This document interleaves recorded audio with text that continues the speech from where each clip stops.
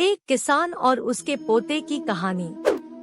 एक बार की बात है, एक लड़का स्कूल की छुट्टियों में अपने दादा से मिलने गांव गया। वो अपने दादाजी के साथ गांव घूमता और खेतों में काम करने के लिए भी जाता। एक दिन वो लड़का अपने दादा के साथ खेत में काम करने के लिए गया हुआ था, तो दादा ने उससे शर्त लगाई कि चलो देखते हैं कि खेत की जमीन को फसल की बुवाई के लिए कौन पहले तैयार करता है। उन दोनों ने खेत की आधी जमीन बांट ली और जमीन को नई फसलों की बुवाई के लिए तैयार करने लगे। वो दोनों मिट्टी को खोदकर उसे पलट उसकी गांठों को तोड़ रहे थे ताकि वो फसल की बुवाई के लिए तैयार हो जाए।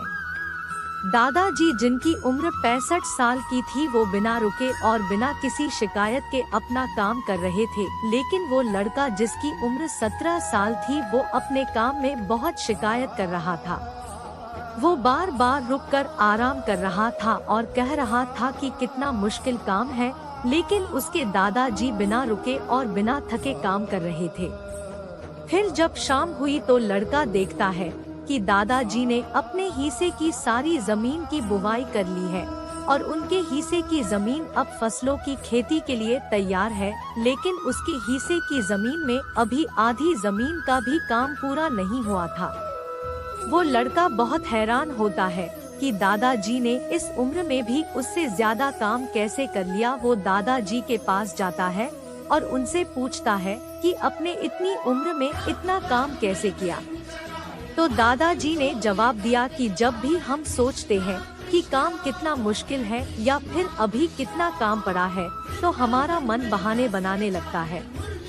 इन सभी बातों के बारे में सोचना ही हमारे काम को और ज्यादा मुश्किल बना देता है। इसलिए समझदारी इसमें ही है कि हमें अपने तय किए हुए काम के बारे में ज्यादा सोचना नहीं चाहिए और उस काम को करते रहना चाहिए। सिख। इस कहानी से हमें ये सीख मिलती है, यदि हम तय किए हुए काम के बारे में ज्यादा सोचते हैं तो वो काम हमें बहुत ज्यादा कठिन लगने लगता है।